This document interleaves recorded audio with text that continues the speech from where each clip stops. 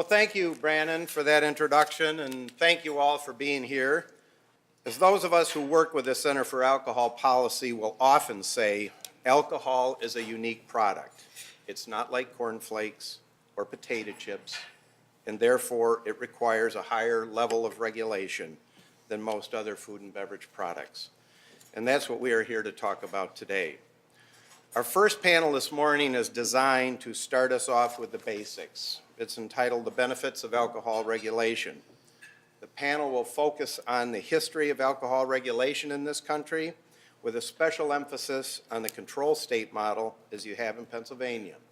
And we will probe the rationale for this regulatory system and discuss the benefits, the most important of which is public health and safety.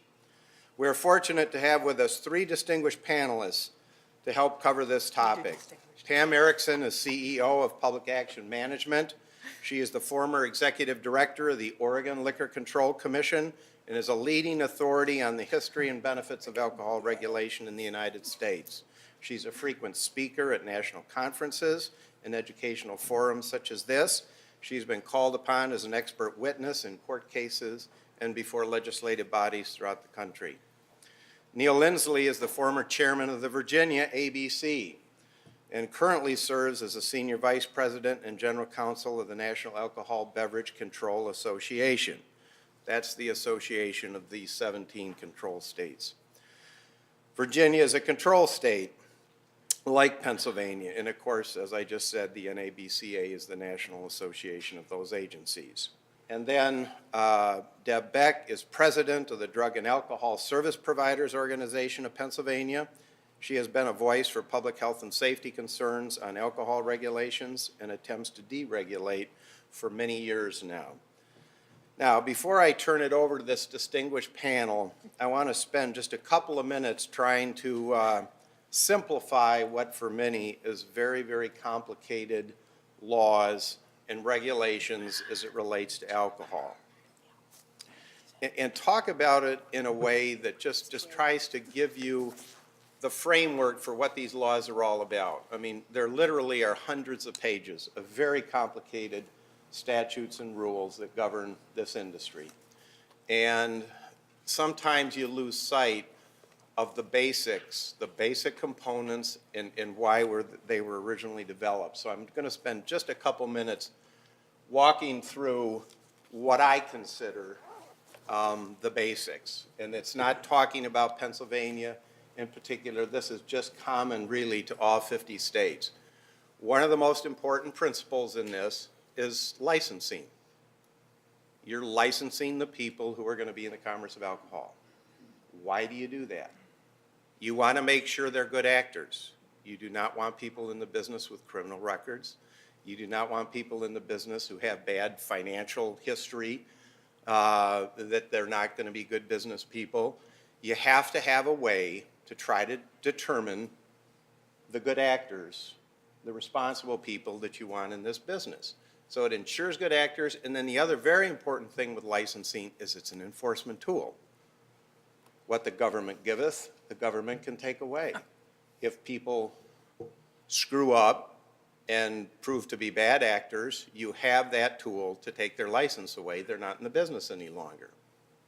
Now, there's all kinds of different licenses and reasons for them, very state specific as the industry develops in a state.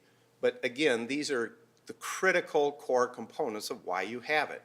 Who's in the business and have an enforcement tool over them. Three-tier system, or what is oftenly referred to in this industry as orderly market. That's a key component to what you try to accomplish with alcohol regulation. But the three-tier system is manufacturer, distributor, retailer, three different tiers, and critical to it is maintaining the independence of those three tiers. And there's a lot of rules and laws that relate to that. But you're trying to prevent vertical integration, you're trying to prevent vertical monopolies, and you're trying to have buffers between the tiers to help keep the market orderly. There's tied house prohibitions. We'll be talking about these in greater depth throughout today, both this panel and our third panel. There's laws that try to prevent an entity in one tier or one licensee from having undue influence over another by commercial bribery or things that they could do that's called aid and assistance to try to influence them on what products they carry and possibly trying to oversell or whatever. There's franchise laws that help guarantee independence between the tiers, especially for the distributors, so that they aren't unduly influenced and controlled by suppliers. So there's just a whole web of laws that relate to this orderly market. Again, socially sensitive product, you don't want a disorderly market. You want to keep it orderly. There's also a lot of price-related laws and rules in many of the different states, and they vary by state. But the real core is they're designed to prevent cheap alcohol. The state does not want alcohol to be at bargain basement prices, used as a loss leader, and be a stimulus to overconsumption. So there are laws that in some states it's a minimum markup. Some states, if somebody's going to drop their price, they have to hold it for a certain amount of time and they have to make that price available to all the retailers. So again, it's part of the orderly market concept, but it's also you don't want cheap alcohol because you don't want overconsumption. Cheap alcohol and kids don't go together well. That's something that's been recognized for ages. And again, part of it is that level playing field and orderly marketplace. Then you also tend to have in any set of statutes, you know, conditions of sales, who, what, when, where. You know, you gotta be 21. Here's the hours of operation. There's all kinds of statutes around that. And those are always very responsive to the local norms, which gets into this 21st Amendment, and it is the right of each state as it relates to what their alcohol laws and regulations will be. And then there is always the abuse type of crimes and regulations. Impaired driving, public intoxication, minor in possession, host liability, the things that say if you as consumers and the public mess up as it relates to abuse of alcohol, there's going to be some penalties. So that kind of gives you the framework of what a lot of this very complicated code and statutes and rules are all about, the basics. So what seems overly complicated sometimes, just step back and just say, well, okay, there is some method to the madness. This is what it's there for. So I just wanted to run through that real quickly, and we're going to get into it a little more in depth as we go. I want to begin by introducing Pam Erickson, who will be first up. Do you want to come up here, or do you want to do it from the seat, Pam? You're coming up here.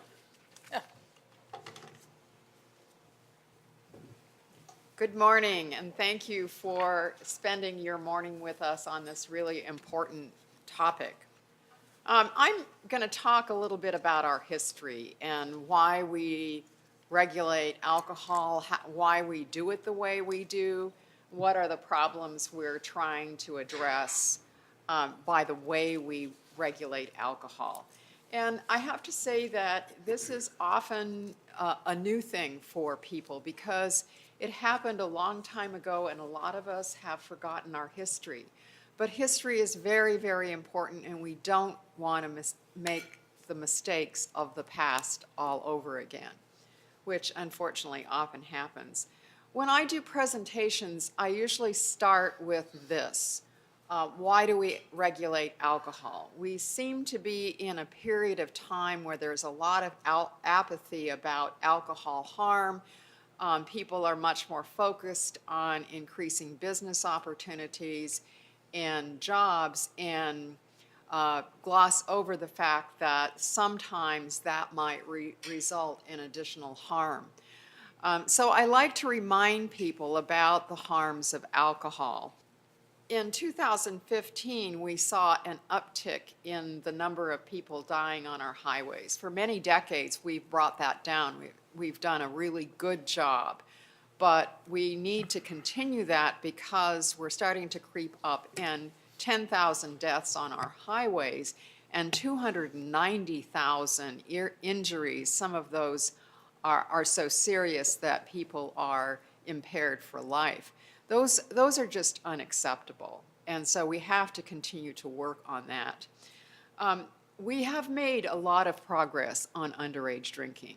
Our underage drinking rates are at some of the lowest levels on record, but still too many kids are drinking too much alcohol, and kids are dying, they are flunking out of school, and that kind of thing.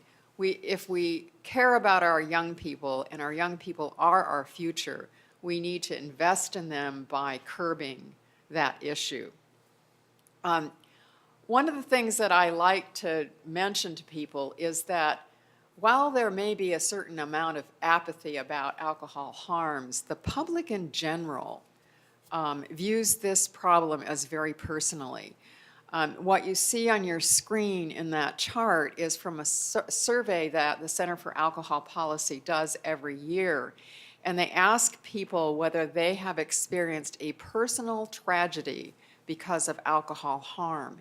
And over a quarter of the population says yes. That's a large segment of our population that is personally affected. The Gallup organization asks a similar question, but a little differently. They ask if there's ever been a problem, a much different from a personal tragedy. And about 36% of the population says yes. So a lot of our citizens are adversely affected by alcohol harm. Let's go back in history and look at why our system was developed. And our system is based on our experiences historically with alcohol.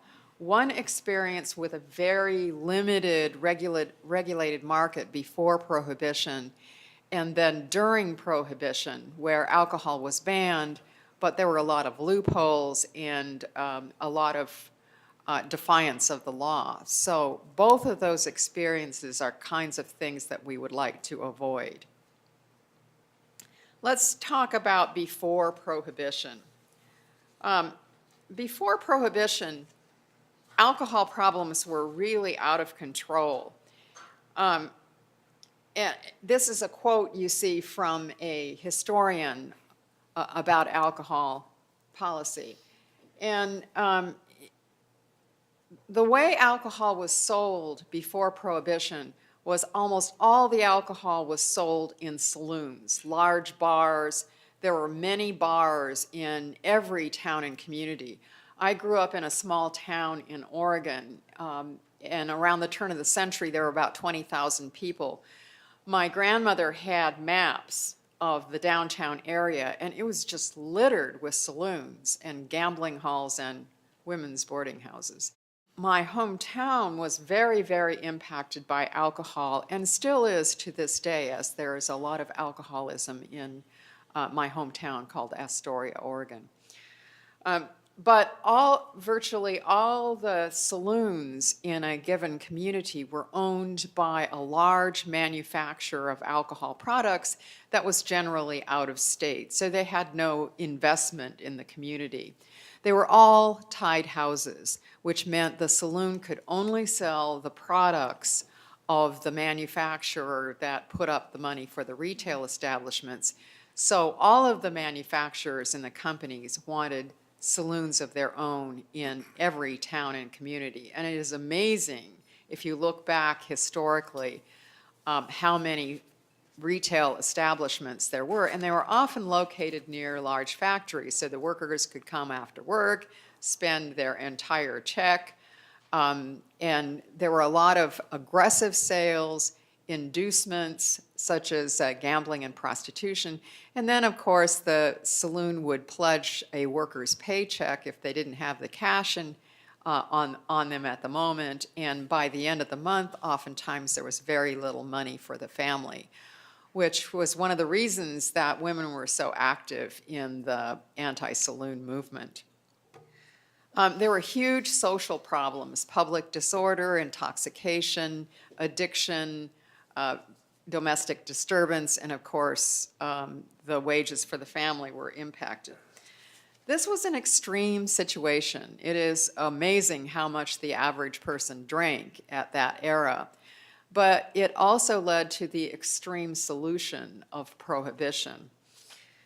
You know a lot of stories about prohibition, how prohibition engendered the formation of multi-state criminal organizations that supplied alcohol to the public that really still wanted to drink.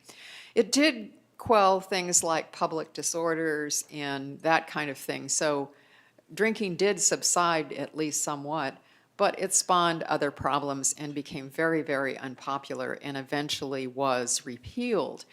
Upon repeal, the constitutional amendment that repealed prohibition gave the primary responsibility of regulating alcohol to the states.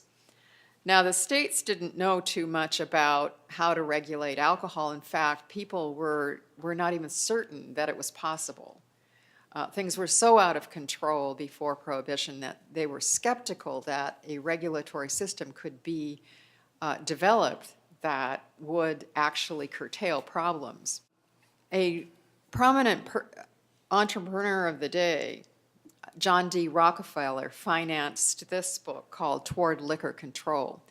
And the two authors studied alcohol regulation around the world and came up with a series of recommendations. And most states have followed those recommendations to some degree or another. This is a picture of your governor at the time, Gifford Pinchot. He was very involved in developing the alcohol system here in Pennsylvania. And as you note from this quote, he says, private profit is to be eliminated as far as possible from the liquor traffic. And the basic design was to curb some of the excesses of the profit motive. So marketplace regulation was very, very important because no one wanted to return to the pre-prohibition days where the saloon wreaked havoc on our towns and communities. One of the major things was to prevent vertical integration, which was one of the problems during pre-prohibition days, where large manufacturing companies dominated local markets and had no real investment in the community. They just wanted the profits. Our regulations do things like curbing public order problems created by the saloons, including outlet density. Outlet density is a very important aspect, and measures to encourage more drinking at home. That was an effort to reduce some of the public order issues. And then there was an effort to make lighter products, and at that time, a light product was a 4.2% beer, more widely available, and encourage people to drink light products versus high alcohol content products. Now let's look at what happens when you deregulate alcohol. The United Kingdom is a good example of where we do not want to go. Over 50 to 60 years, the United Kingdom went from having really a model alcohol regulatory system that was used as a model for many of our states to a point where alcohol is sold pretty much like any commodity. Alcohol is available technically 24 hours a day, 7 days a week. All forms of alcohol can be sold in virtually any sort of retail establishment. That engendered an alcohol epidemic with very high rates of drinking. And you heard about cheap alcohol. Well, that's a huge issue in the United Kingdom, and it is today, particularly for young people who have less money and are more attracted to really cheap alcohol products. So we have had huge problems in the United Kingdom. Consumption has come down a little bit, but reinstituting regulations is really, really difficult. And the reason is that when you loosen regulations, you create new business opportunities for people. They invest their money in that business opportunity. They form jobs and so forth. And when you go back and say, oh, we made a mistake, we didn't really mean to do that, they are out of a business and out of jobs, and you have a lot of negative impacts on people and families. So that's why it's really, really important to be very, very careful when you change alcohol regulations. What does research say about alcohol regulation? The basic alcohol regulations in our system are designed to keep the price balanced. Keep it relatively high, but not so high that it induces bootlegging. We don't want the markets to be flooded with large quantities of cheap alcohol. Outlet density regulations are very important, as we don't want to go back to those pre-prohibition days where we had tons of saloons in an area attracting people to overconsume. In a book called Alcohol, No Ordinary Commodity, they make recommendations based on the effectiveness and efficiency of various alcohol strategies, and most of those good, strong strategies are embedded in our alcohol regulatory systems to this day. And again, I want to close with some information from the public.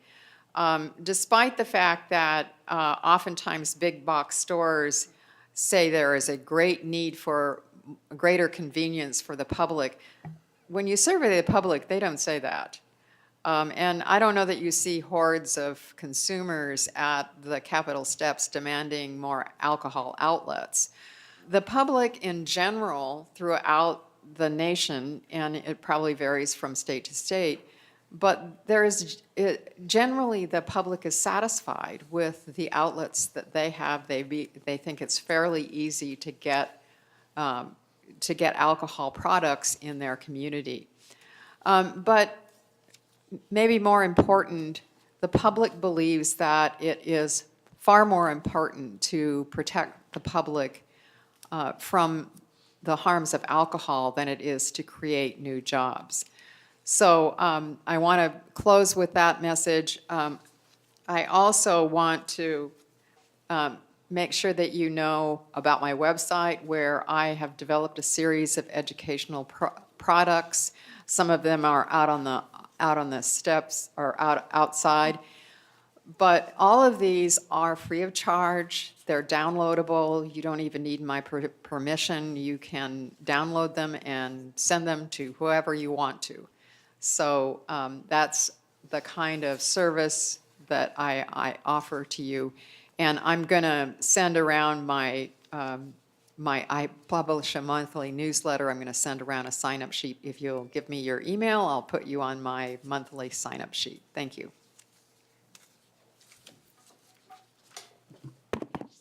Yes, it is. Thank you very much, Pam. And I just want to add, we do have copies of the book Towards Liquor Control. They are out on the table. Encourage you, if you have not read it, to pick up a copy. If we run out, you can contact the center. We'll happily send you another one. It's just amazing when I first read that book to realize it was written back in 1933. And you see so many similarities today, and you really understand a lot more about the system. And kind of like the founding fathers with our Constitution, the folks that wrote that book really had good insight and were really thinking ahead and how valuable their work is even today. With that, I would like to turn it over to Neil Inslee, who's going to talk more about the benefits of alcohol regulation and specifically from the control state model standpoint. Neil.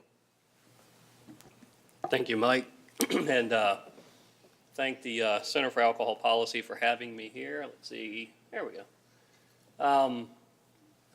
I never get accused of having a Southern accent until I speak north of D.C., so I'll apologize now if it starts to come out as I talk.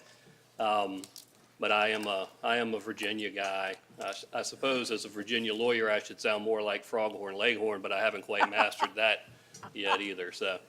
Go for it. So, what is NABCA? NABCA is the National Association for the Controlled Jurisdictions. You can see up here on the map and our mission statement. I won't read it, I'm assuming everybody can see it. But in a nutshell, we are here to support our controlled jurisdiction members. You'll notice, in addition to the states, some of the states have little polka dots on them. Those represent some municipalities that are also controlled jurisdictions. So what is a controlled jurisdiction? A controlled jurisdiction is a government entity that owns the product at some point of distribution, either at wholesale and retail or even just wholesale like we have in some of our jurisdictions such as Michigan. When we talk about control models and control systems, what we need to realize is it's not unique to the United States. And even among the control jurisdictions within the United States, they're not unique among themselves. Each one is a little different. No two do things exactly the same.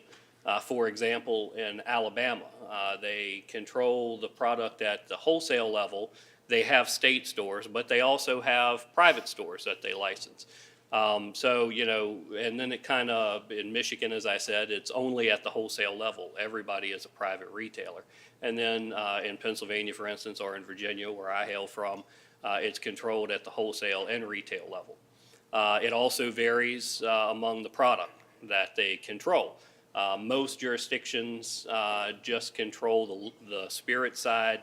Some do wine also, and then some do beer to some fashion like you have in Pennsylvania. But we also need to know that it's not even unique to the United States. There are controlled jurisdictions across the world. I, as general counsel, have not had the opportunity to visit all of these as of yet. Most lawyers, you know, they keep us locked away and feed us red meat until it's time to pull us out. So I don't get to visit all these wonderful places. I have been to a few of them and have been involved in meetings with them. And they have been doing it a long time. The PLCB here in Pennsylvania is modeled a lot like what you see in Canada and some of the Nordic countries. And they are very impressive systems. They've been around for a long time, and they are very highly regarded by and large among their population.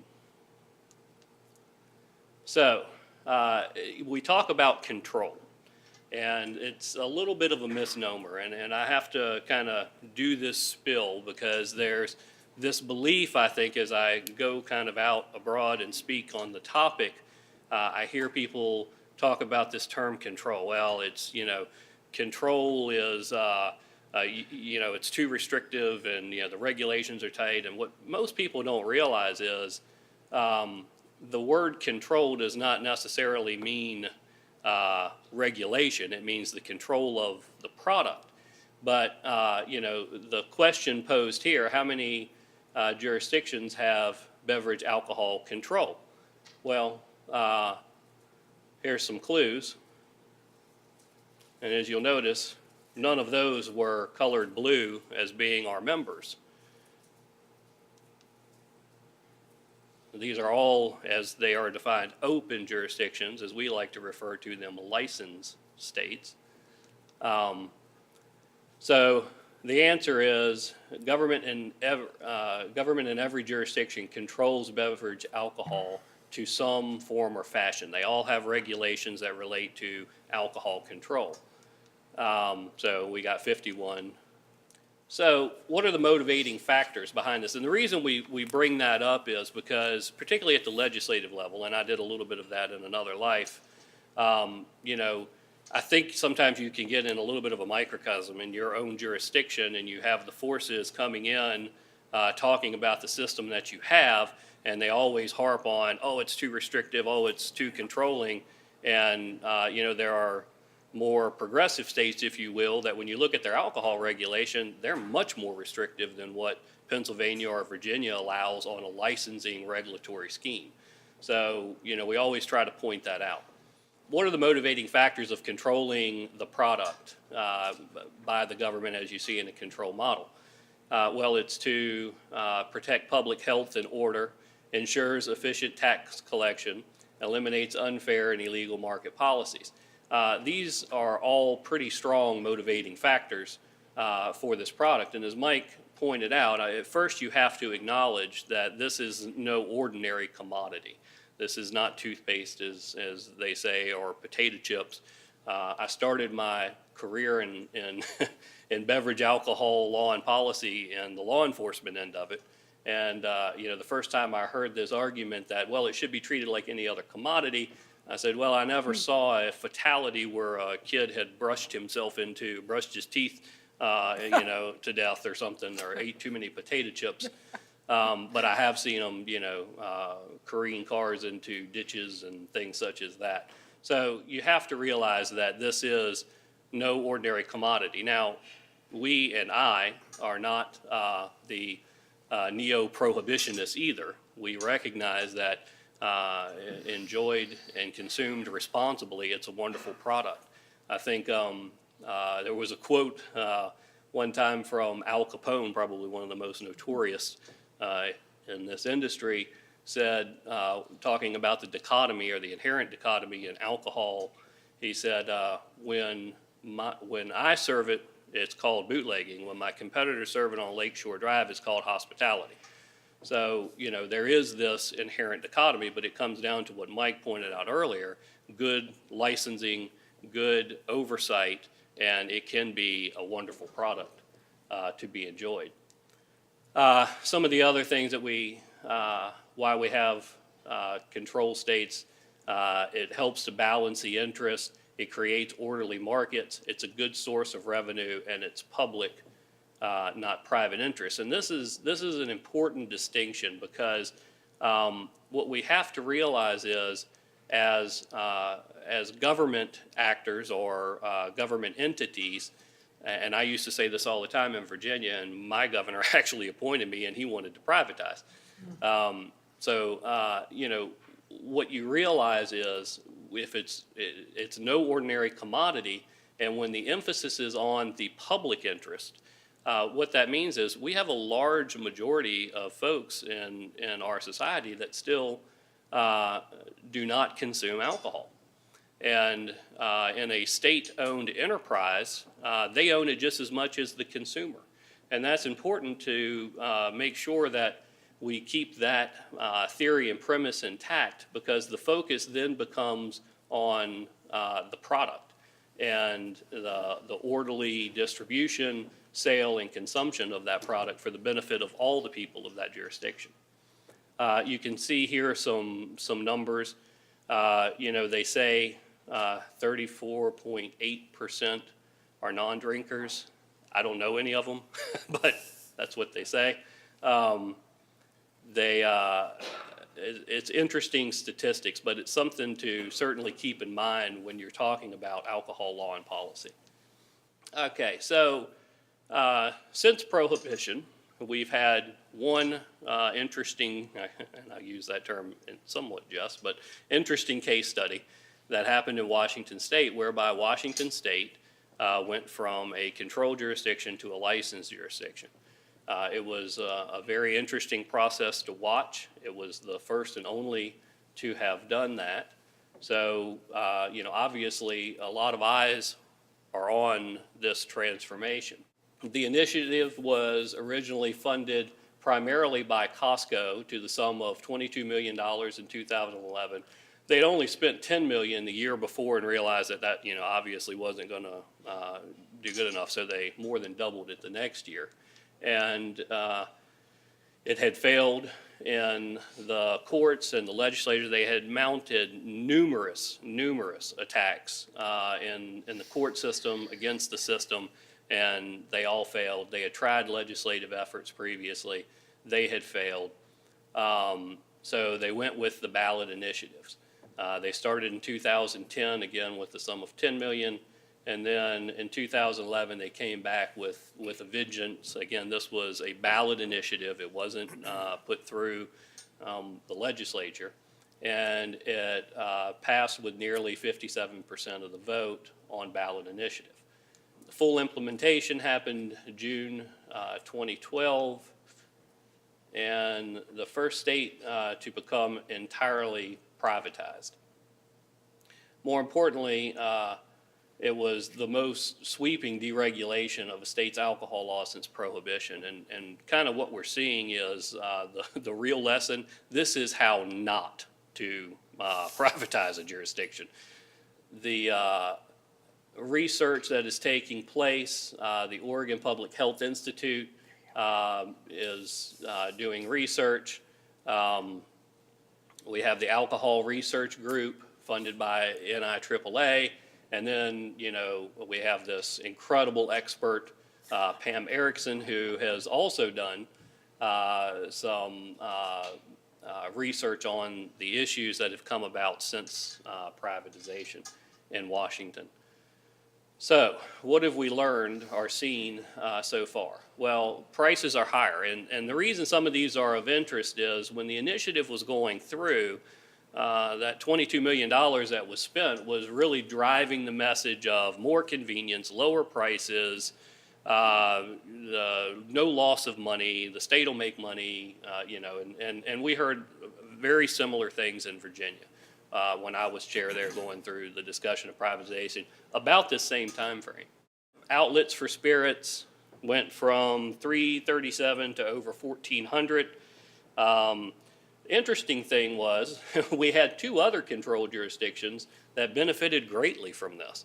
Idaho and Oregon couldn't put border stores up fast enough to get that patronization from people coming from Washington State with these lower prices that they were getting to some reason buy product in Idaho. But they were significantly lower, and they benefited from that, and certainly can't blame them. The revenue is high now because the tax rate is so incredibly high to have kept the state whole in this venture, but long-term we're not sure. It's going to be something we have to continue to watch as some of these deals that worked out as part of the privatization effort start to dwindle down as far as tax rates and things such as that. One of the big losses in this were the small retailers. The local liquor store, if you will, because they were agency stores. They can't compete with some of these big box. I mean, it was very difficult, and many have been run out.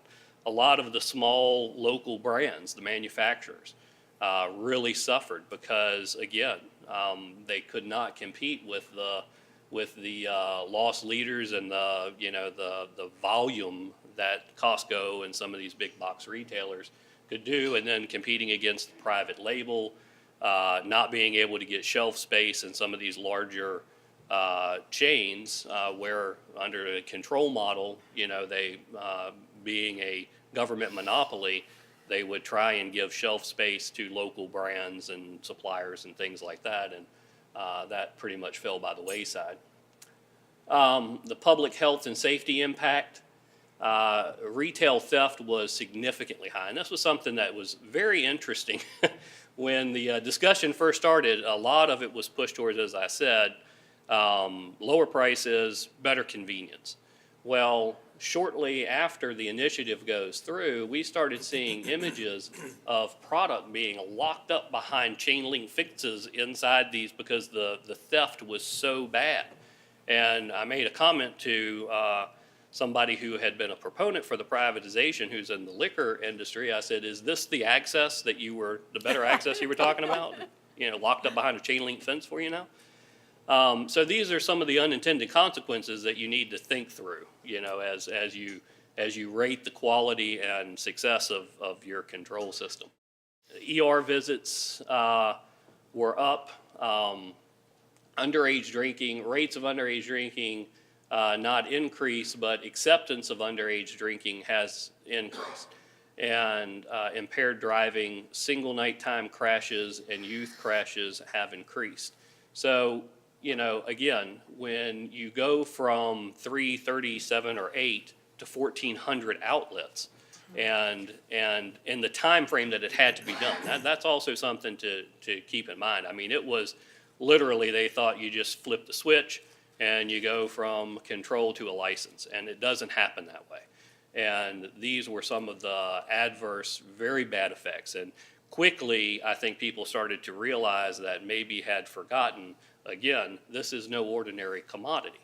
And the theft and stuff that was going on with the product, a lot of people said, well, we didn't see it with beer, we didn't see it with wine. Well, it's kind of hard for a kid to sneak out of a Costco with a case of Bud Light under his shirt. Not too difficult to put a couple of pints or even a liter, and a lot of this stuff was going out the back door. It was and continues to be a mess. Actually, they had to pass some regulations on some of the retailers to ensure that they could keep this product safe. That's all I have. I think we'll probably have some time for Q&A after everyone finishes, but I appreciate your time, and I'll be around if anybody has any questions. Thank you.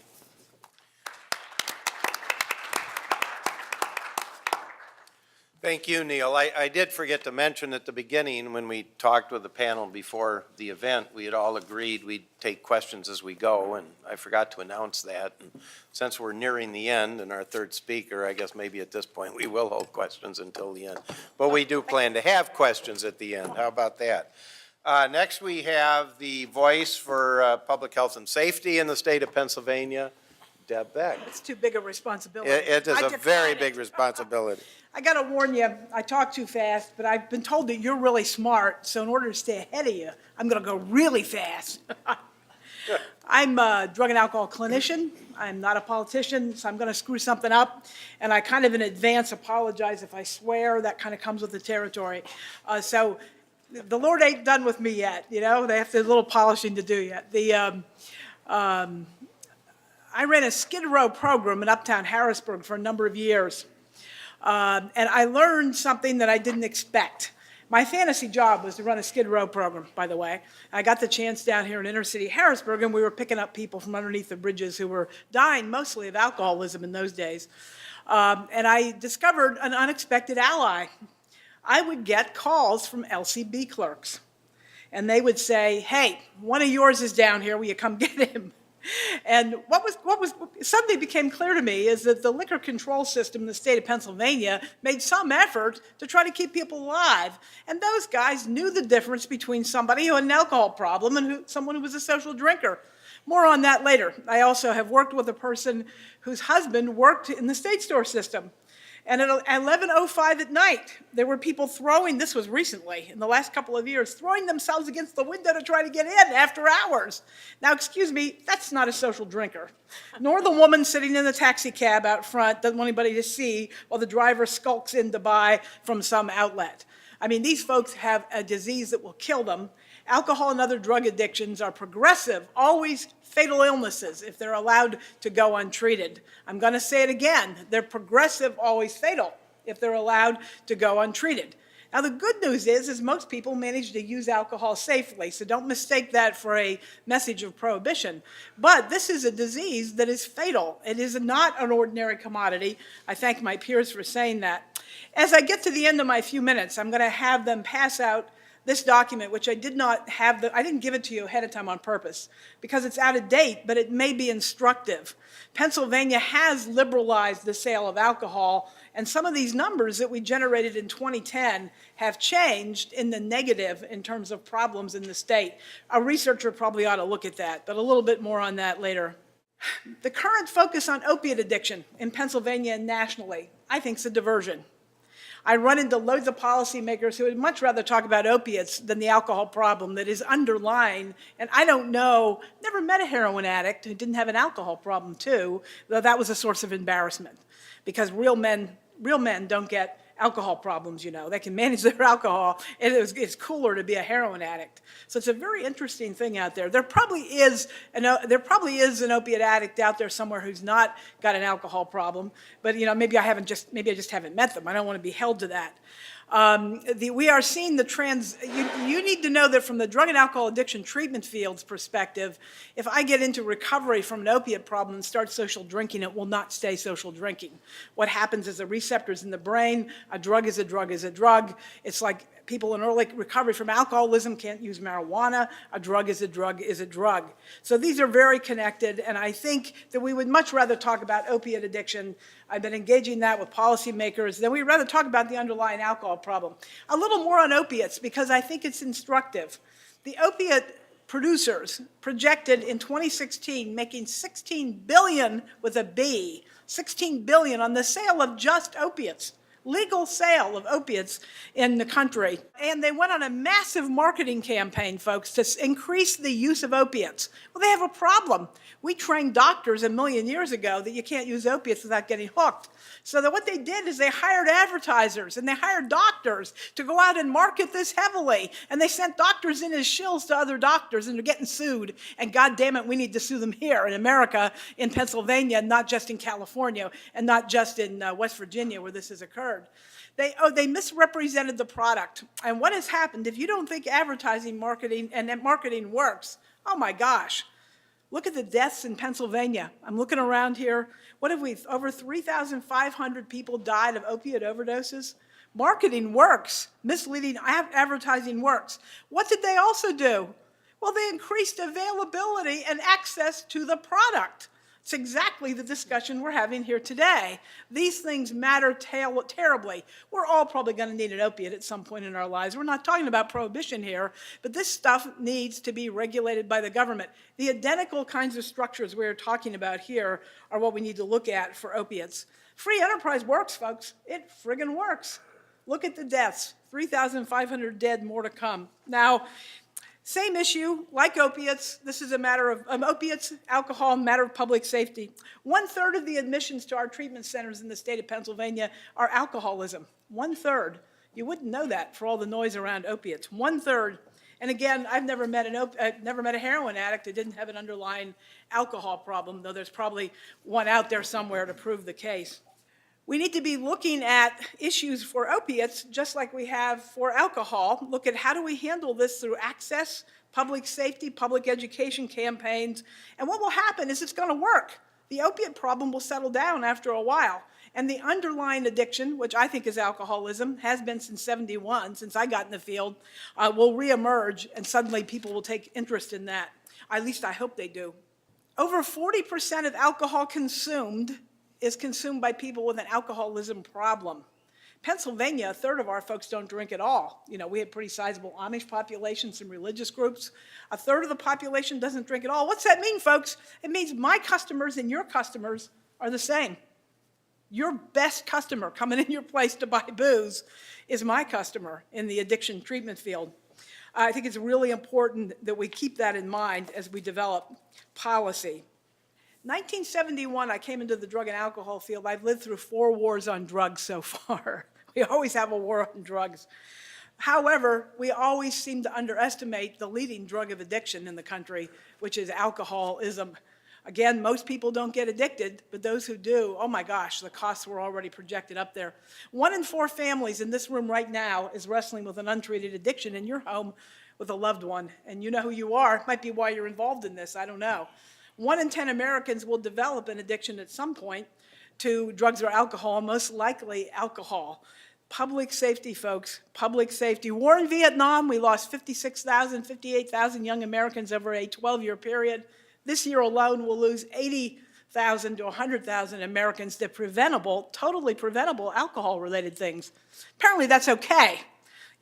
Vietnam era, we rose up as a country and said no more, 12-year period, we're not going to kill any more of our young men and women. But losing 80 to 100,000 people a year to alcohol abuse is apparently okay.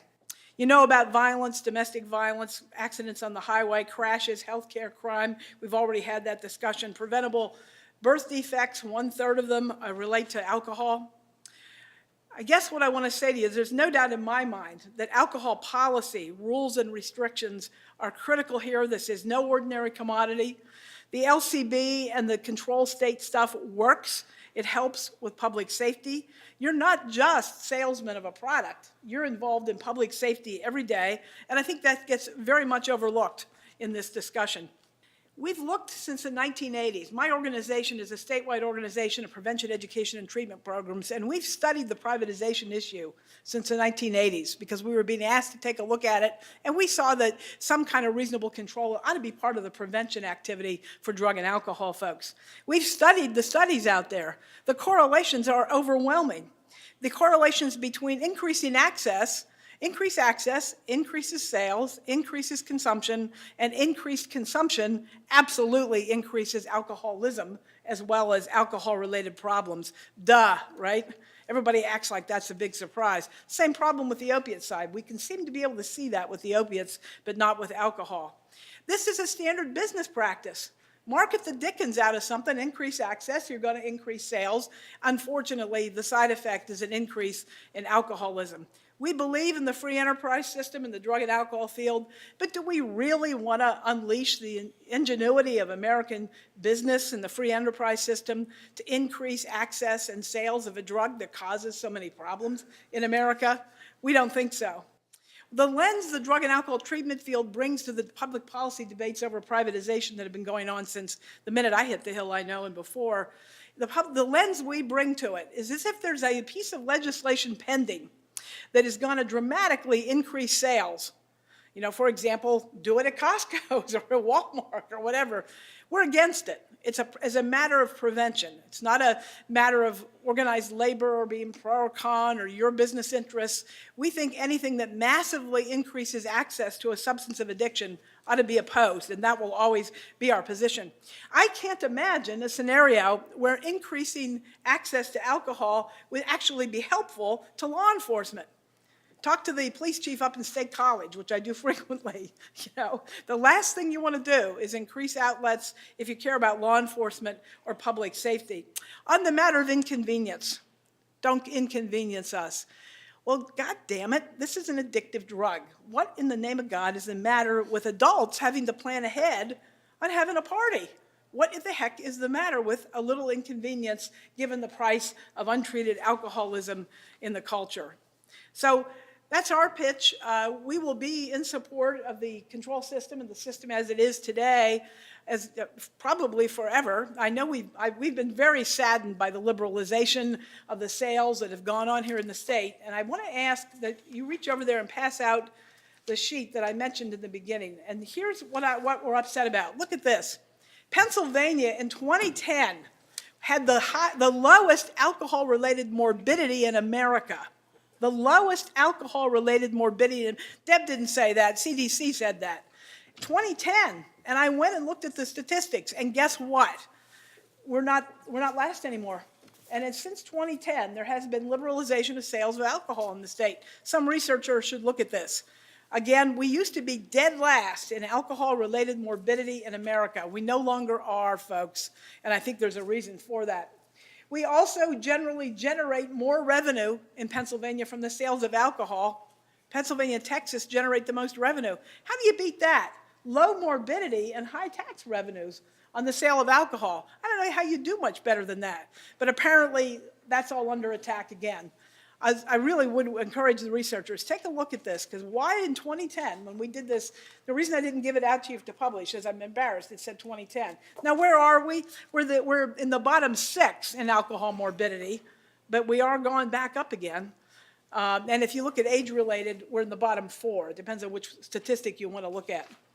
That's my story, and I'm sticking to it. Thank you.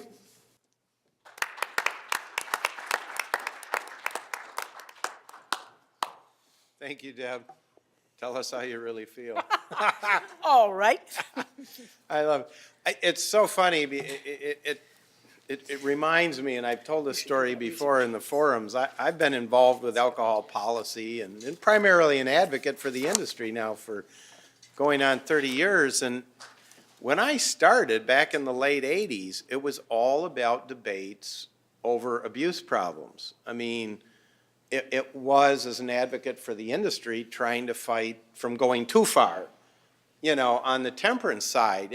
But it was fetal alcohol syndrome, it was drunk driving, it was underage drinking, and the editorial pages were full of stories. And as an advocate for the industry at that time, that was the work, was trying to, have some rational debate, and, the product really isn't that sinister, and there's a middle ground, blah, blah, blah.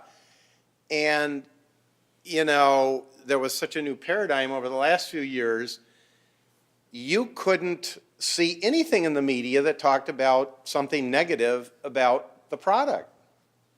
And I found myself, as an industry advocate, before the legislature and committees and regulatory commissions, saying, wait a minute, there are some public health issues here. It isn't all about more licenses, more new whatevers.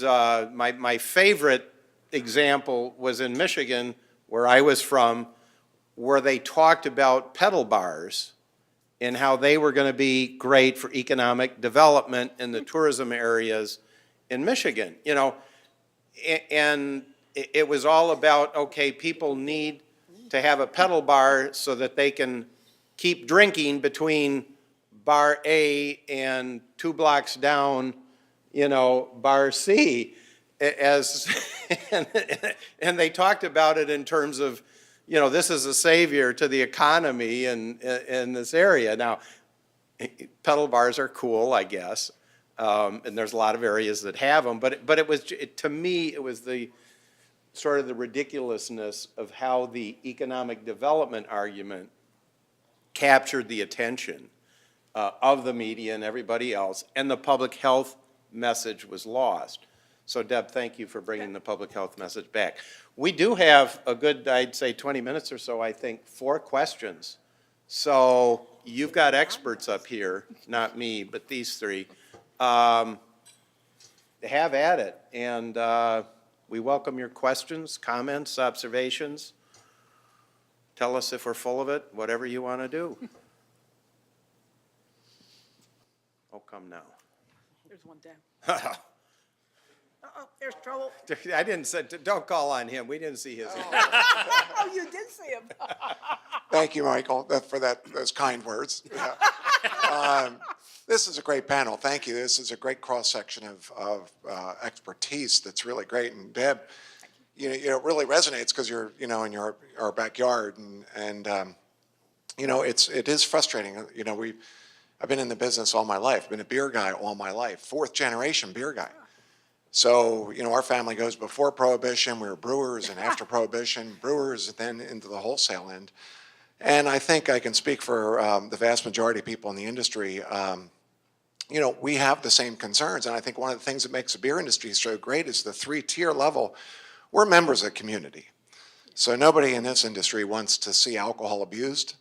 We're frustrated because the people that aren't in the industry are sometimes our biggest foes of expanding availability and it's all about revenue. So it's frustrating. We hear that. And I think the question I have is it's one of education, and there's education on a number of levels. How do we get this message across? What you so passionately speak about is really the core of what we talk about. This alcohol, these alcohol issues are something we deal with in our industry, and we're frustrated because we sometimes feel like we're on opposite ends, where we of whether it might be a legislator or somebody says, oh, we need more revenue. We're trying to educate people, and I think one of the things where I'm thankful for the CAP to come in Pennsylvania and talk about these issues. This isn't about revenue, it's about our communities. I think the 3-tier system works because we live in the community. So when we talk about these laws, we take it very personal because it's our backyard. Secondly, I think from an educational standpoint of families and early on, how do we get a message across? And maybe from a larger perspective, have you seen effective educational programs for middle school, high school, that we can get into our administrators and say the schools need to be talking about things that are very serious and in a way that resonates. So, Michael, I know the center has done a lot of surveys, a lot of information is available to us. But what's effective? So I could ask for the education of how do we get this message out, Deb, that you're talking about, and secondly, from an educational standpoint about parents, administrators, and most importantly, the young children, that we say, okay, let's stop them from ever being more vulnerable. And that the more they understand about the risks that are there, I think they can make some great educated decisions and mature decisions about when to have a drink, or understand the risks they're making a little bit more than just scare them and just say, what we know is don't drink because it's against the law. That really is not, that's probably the least effective thing of all. But what do you see from a national standpoint of great educational programs, and how can we as an industry really work to make this, our communities safer and better, and make our product the one that is, we say it's the beverage of moderation, but the reality is the abuse is really, really, it hurts all of us. So we'd like to get rid of the abuse. We'd like to stop underage drinking. Help us do that. So educate me, if you could. I can start, and then other people can join. After I left the Liquor Commission, I spent 7 years as a regulator. I worked for a nonprofit and developed Oregon's campaign to reduce underage drinking. And that campaign was aimed at parents. Because the research said if parents do a few things, they can dramatically change their kids' habits about drinking. Over the decades, that kind of thing has really taken off. Many states now have an education campaign aimed at parents, because parents are very powerful. My Liquor Commission would have, every month, they would invite various groups in to talk to them. And one time they asked a bunch of teenagers to come and talk to them about alcohol. And they asked these kids, what influences your decision to drink or not? And they expected to hear about peer pressure. That is not what they heard. They heard my parents' attitude. And I quote one teenager who said, peer pressure is overrated. Parents are huge. We have seen dramatic declines in underage drinking, and we don't know exactly why that has happened, but we do believe that parents have taken this issue seriously and done some of the things that are really important. One of the best campaigns to reduce underage drinking comes out of the state of Utah, and it's aimed at parents. And the Utah Liquor Control Agency is involved in it. They share a lot of their materials. I don't know what kind of education program you have for parents here, but I would recommend that. So I think that educating parents is really, really important. Programs in schools may not be quite as important as programs for parents, because parents are really influential. But the other thing is, I think we need to educate people on the effectiveness of our alcohol systems. We have one of the best alcohol control systems in the world, and I think we need to continue to make sure people, particularly our policymakers, understand that. Yeah, I agree. What we're seeing nationally in the best programs literally start at home, and it's about discussions with your children on healthy life choices, and having that discussion. When I was appointed chairman in Virginia, shortly thereafter, I heard my youngest, who was 5 or 6 at the time, maybe might have been a little bit younger, but he was talking to one of his friends at a birthday party we were having at the house. And his friend was bragging about his father, who was a doctor. And his friend said, my dad's a doctor and he cures people and this and that. And I was kind of curious to see what my son was going to say. And he's just got this big grin, pride on his face. And when the little boy, his friend, finished, he said, well, my dad's in charge of the alphabet. because all he ever heard was, Dad's in charge of ABC. Now, it's a funny story, but the truth in that was, for me, when I started thinking about it, is I've missed something here, because I'm obviously not having conversations with my kids about what it is I actually do. And I tell that story as kind of that message, that we've got to have the discussion. You've got to have the discussion with your kids. You're an incredible influencer. But we've also, as Pam said, we've got to have the conversation at a higher level. I won't mention any names, but I ran into a legislator who in Virginia who had been very involved. He was kind of the go-to guy on the Hill for alcohol legislation stuff. And we're at one of these legislative things one time, and I was on the board, and he came over and we started having this conversation. And he starts asking me questions about the agency. And I'm going, wait a second. These are nuts and bolts kind of things. And there was powerful legislation that this individual was involved in that directly affected the system and the agency. And no slight to him. I know legislatures have just, it's a tidal wave of bills and agencies and things that they have to touch on a daily basis. And it's hard for them to get in and really dig into one particular agency or system. That's where we've got to get better, and we've got to get that message to them so they understand the push-pull that goes on in alcohol policy and regulation. Washington State was a prime example of that. You don't just flip the switch. You've got to over-communicate. You've got to bring stakeholders, all stakeholders, interest and discussion. And, you should never be in a rush. It needs to be calculated and it needs to be tactful. But at the beginning, you have to have education. I know we as an association give a lot of grant money back to our state jurisdictions to host education, prevention, things such as that. A lot of the states now are taking that money whereby it used to go, and we've actually upped it because of this. It used to be earmarked for very important alcohol prevention, education, youth stuff. But what some states have started to realize is it's not doing as, we've also got to concentrate on getting the message to the policymakers and to the lawmakers, the legislatures. So now there's some states are starting to host more legislative, education-driven things. Iowa does a great one every year, and it's turned into a pretty large event. And people walk away from there, legislators, policymakers walk away understanding or better understanding of the system. CAP certainly does a great job in these forums in the various states in helping educate about our system and its importance. But, you asked one question, and unfortunately, how do you get the message out? I think one thing we have learned in alcohol policy, the pendulum is always swinging.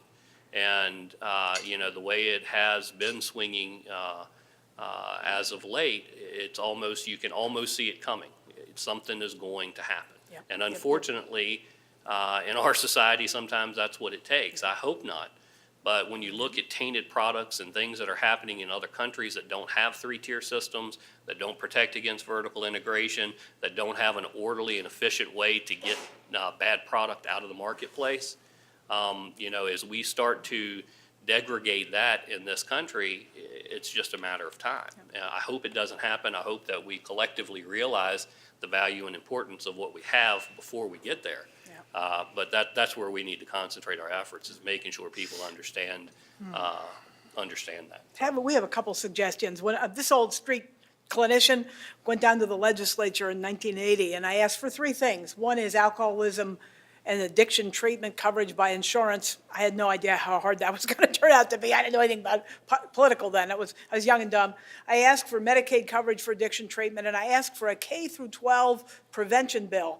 Pennsylvania was the first state in America to pass a statute that requires K through 12 prevention. Now, we didn't have a clue how to fill that out, but it was kind of obvious to me. When you see the suffering, and the suffering of people with alcoholism and their families is without measure, there is no way I could begin to tell you about it unless you see it. You see people literally dying. We ask for K through old treatment folks. We ask for K through 12 prevention. Now, we have a couple suggestions for you.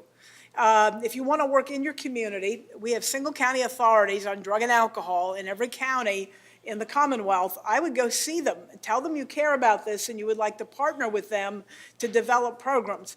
It's great to talk to parents. We run the seminars and they don't come. The ones that need to be there ain't the ones who show up, I can tell you that. So you need a larger strategy where the single county authorities locally would work with you to develop a localized strategy. I'm sure they would welcome you, would just welcome you. A couple other things. I think role modelship by parents is absolutely critical, but I don't know how you teach that. I'm already born and mom and dad are already doing what they're doing. But you also need to know that this is a biogenetic disorder. A lot of people drink and don't get hooked. There's even a lot of people drink a lot and don't get hooked, after a funeral or some such, but then some continue to drink and develop full-blown alcoholism. There is a biogenetic predisposition. Part of the K-12 bill includes student assistance programs. That means already know that 1 in 10 of the kids in the room probably is growing up in the home of, and they needed to be spotted early and get help to them early before they get into all the trouble we're talking about. You have that law here in Pennsylvania, and it seems to me in each of your local areas, you could work with your single county authorities. That's the local piece of the Department of Drug and Alcohol programs to tailor and fashion a prevention strategy that would work.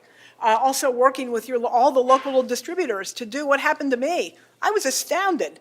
I just assumed that the alcohol and drug was part of the drug industry, that you were all out to just sell this stuff. You didn't give a damn about the consumers. And I was pleasantly surprised in my Skid Row program to get those phone calls from bar owners, from LCB clerks, because actually the folks with untreated addictions were ruining their business, but also they were community people, and they knew that that was harmful to families locally. But I would take a look at looking locally, single county authorities.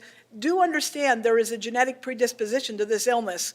And you got it up the family tree, you probably shouldn't be playing around. And I think we have not given that message to young people, that you need to, it's not a one-to-one inheritance kind of thing. The other thing that we're seeing is with the opiates, we think the people are getting hooked fast and quick are people who come with the right biogenetics for alcoholism. And the trouble with the opiates is it triggers it's quicker, sicker, dead. The nice thing about alcoholism, if there's a nice thing about it, is it takes a while to hatch. For most people, people aren't addicted from first drink, though about 5% seem to be from first drink. So there's the opportunity for intervention occurs all across the lifeline. But that's my thought, is I think partnering locally with your single county authority, get out there, let them, I've just got to tell you a story. There was a guy out on East 22 working in an LCB store, and there was a woman who was driving out of town on East 22 here, and she drove across the berm, across traffic, and across the berm, and over into the shopping center and through the window of the state store. And of course, my friend ended up on his ass, with the shelf falling on his shoulder, came through the window. Gee, do you think that was a social drinker, folks? How bad do you want to drink? And got out of the car and said, "Can I buy She some did. vodka?" She was drinking. She got out of the car. She was clearly coming to the state. That's where she was heading. Oh my God, the state store. We got to deal with this stuff at an earlier age. And I think part of the missing message in prevention is if grandma or grandpa died of alcoholism or had the problem, even in recovery, your genetic there's a propensity to develop the illness. It's not one-to-one. But if we could just deal with that group and then deal with it through student assistance programming in the school, we could cut down on the problem. Thank you very much. Other questions? I know, yes. We kind of have a system here now in the whole country where everybody requires you to be 21 to drink now. And before that, you can't. At that point, we tell, at that point, we tell them it's your choice. So I guess my question is there research that would validate that as the best approach as opposed to something that might be more of a provisional? And again, when you're 21, a lot of people are going to be, I realize what you just said about the family, that might be when they're most vulnerable to peer pressure, if they're away at college or that kind of thing. We tell people literally, your 21st birthday, you can go into a bar at midnight with your ID. We don't recommend that they do it, but certainly legally you can do that on your 21st, where it just goes from absolute red light to absolute green light. And I'm just wondering if there's any research either way on that question. There is very good research on the 21 age limit. It's almost completely conclusive. It has saved an enormous number of lives, and a number of other countries are now considering raising their age limit from 16, 18, and in UK, I think at one time it was age 5. So Okay. other countries have done things much poorly. But that one is really well researched. But having said that, binge drinking at the young adult level is still a very, very serious problem. And clearly kids start drinking before they're able to actually buy the product. And one of the things in the Surgeon General's most recent report is that binge drinking is the gateway that all addicts go through. So if you can reduce binge drinking, you can really impact addiction. So there needs to be a lot more emphasis put on that young adult that is legally able to buy the product, but there are huge drinking problems in that age group. If I can jump again here, I left something out, something we haven't done yet. I'm looking at y'all, I think we do our prevention programs wrong because of the very phenomena she's talking about. We haven't figured out the prevention programs need to be different for girls and boys. I'm sorry, but I think white males ought to be teaching prevention in the schools because that's where the problem is, folks. You know that. Up there. Bye, see you. White males ought to be teaching in the schools. They don't give a crap what a woman, that's my mother, I'm trying to differentiate from her, so I'm busy rejecting her anyway at that age. I mean, it becomes part of rebellion to not follow the rule. And I think you guys really got to step up. And I really mean this. White males, guess who drinks the least in America? Afro-American women. And white women second. But I think but you're the power structure. The world's sexist. Okay, it is. I think you'll have more impact. I think you'll be far better educators on prevention in the schools than I ever will be. And I think we need to suck that up and deal with it. Girl children, we know we have other stuff at risk. We have other stuff at risk, and we generally know that earlier. Now, that doesn't mean that girls don't get into trouble, And again, if you lower the drinking age, then I want you to lower it again. And one of my horrors is college students, man, we go do policy conferences, the only thing they want to talk about is lowering the drinking age. What the hell happened to America if that's our only goal in life is worried about lowering the drinking age? But I endorse her, whatever thing she said. We've read the literature. It's quite robust. It shows that the later you start, the better. And everybody starts before 18 or 21, let's face it. But the later you start, the better. I've got one quick question I want to throw out to the panel. I think the title here was Benefits of Alcohol Regulation. I think we have really hit on the need for regulation from a public health and safety standpoint. One of the nice spin-offs or side effects, if you will, of our regulation that we've seen has been a very dynamic and competitive industry under this regulation. And I think people believe and they've seen in the area of the number of small suppliers, craft brewers, distillers, farm wineries, et cetera, that have sprung up, the tremendous variety of product that's available to the consumer. This has the public health,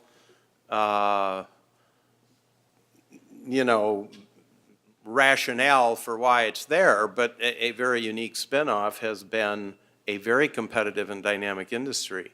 And I just throw that out to the panelists to maybe also comment on as another benefit of the regulatory system we have. Yeah, absolutely. It's funny.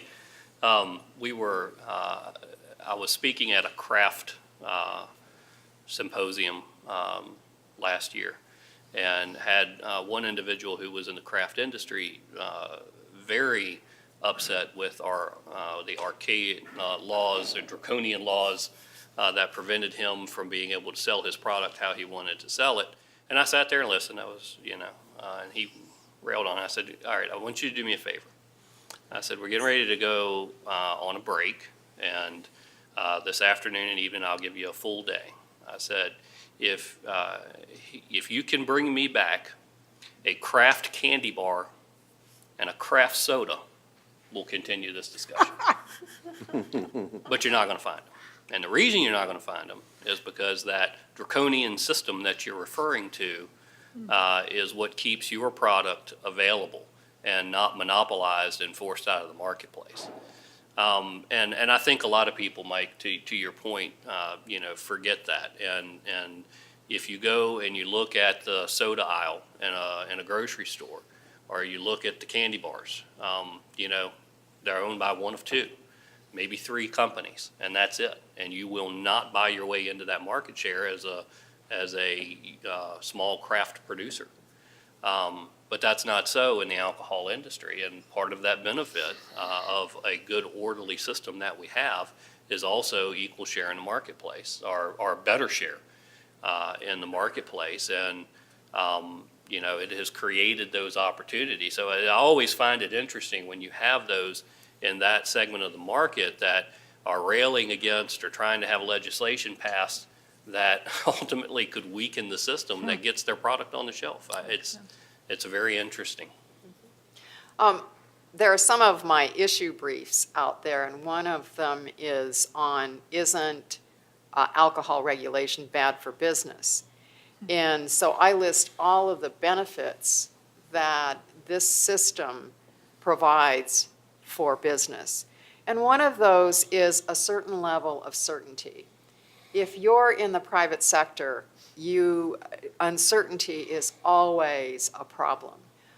Some trend could come down and wipe out your entire business. But our system does provide a certain level of certainty. It levels the playing field. A new mega corporation isn't as likely to come into your local market and wipe you out within a few weeks.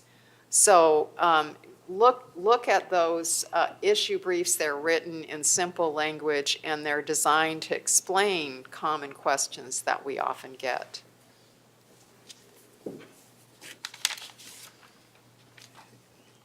If there are no further questions, I think we've reached the end of the time for our first panel. And I want to thank the panelists. They truly are experts in their field. They've been in the area of regulation for years and years and years, as you can tell. Let's give them a round of applause.